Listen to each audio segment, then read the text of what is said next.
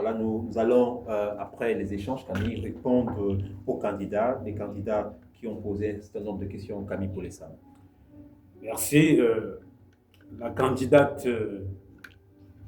Ewodo Francesca voulait savoir comment faire pour ne pas confondre le bien au mal et le mal au bien.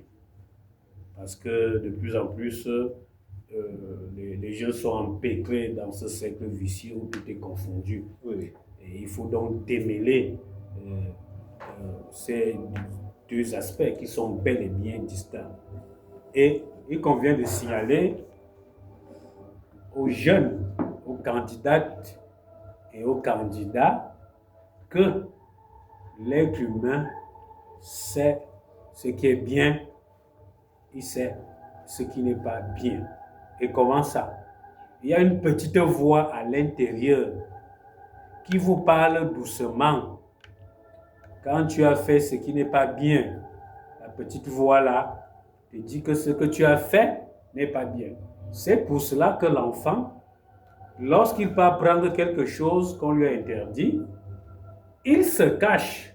L'enfant se cache parce que sa petite voix lui dit: papa et maman m'ont dit de ne pas apprendre telle chose, comme j'ai pris, j'ai fait ce qui est mal. C'est pour cela que l'enfant se cache.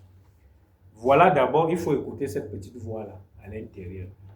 Il faut également, pour ne pas confondre les biens au mal, Saint Paul dit ceci.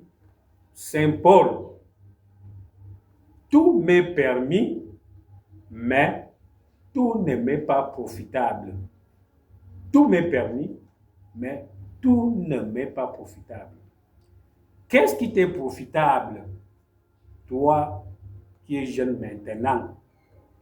Toi qui es jeune candidat, jeune candidate à l'élection Miss Master Jeune Junior Cavendish édition 2026, qu'est-ce qui t'est profitable aujourd'hui?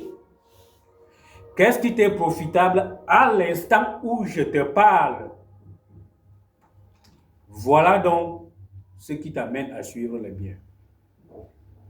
Est-ce que le désordre t'est profitable? Est-ce qu'en refusant d'apprendre ces leçons, est-ce que ça te profite? En boycottant l'école, est-ce que ça te profite? Ça te sert à quelque chose? Il faut également suivre les exemples de vertu, les bonnes personnes. En suivant les bonnes personnes, parce que les bonnes personnes s'inscrivent dans le bien, dans la vérité, dans la justice. Et vous avez le modèle par excellence dans notre communauté, Monsieur l'abbé Olivier Adjaba. Et c'est ça qui est bien pour vous, l'exemple positif. Parce que vous n'écoutez pas trop, c'est ça. La psychologie de la jeunesse, c'est ça. C'est-à-dire, le jeune apprend beaucoup plus par imitation. C'est inscrit dans la psychologie, dans l'instruction mentale de la jeunesse. Même si tu enseignes et que tu n'es pas un modèle positif, comme vous dites, l'enfant va seulement copier ce qui n'est pas bien. Et il faut donc vous habituer à avoir donc d'agréables compagnies, c'est-à-dire les bonnes compagnies, les bonnes personnes, marcher ensemble avec les bonnes personnes. Parce qu'on dit en français que qui s'assemble se ressemble, n'est-ce pas? Et que quand vous marchez avec les mauvaises personnes qui ont des mœurs qu'on ne peut pas qualifier ici, vous copiez donc cette dépravation-là.